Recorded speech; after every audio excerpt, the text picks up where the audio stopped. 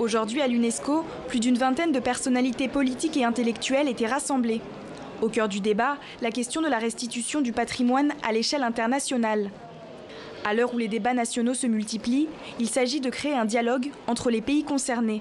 Nous avons voulu, dans cette conférence, ce colloque qui va se poursuivre toute la journée, évoquer les nouvelles formes de coopération au-delà de la seule question juridique qui est forte des restitutions, mais au-delà, comment est-ce qu'on construit un futur partagé et comment aussi les perceptions de cette question ont changé. Nous sommes là pour aider, faciliter le dialogue, pour ne pas réduire ce dialogue à parfois des impasses dans un dialogue bilatéral, mais le faire bien au nom de la communauté internationale. Pour de nombreux États africains, c'était un rendez-vous très attendu, car de plus en plus de pays réclament à l'Europe les œuvres culturelles et artistiques acquises à l'époque de la colonisation. Le message est clair, nous sommes dans une dynamique de coopération.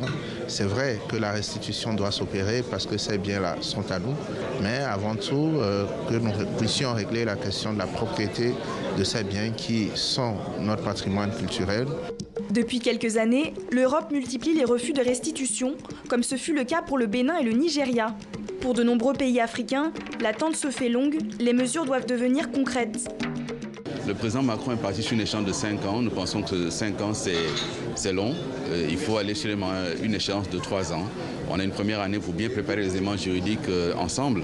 On a une seconde année pour évaluer ce que nous avons fait, le parcours.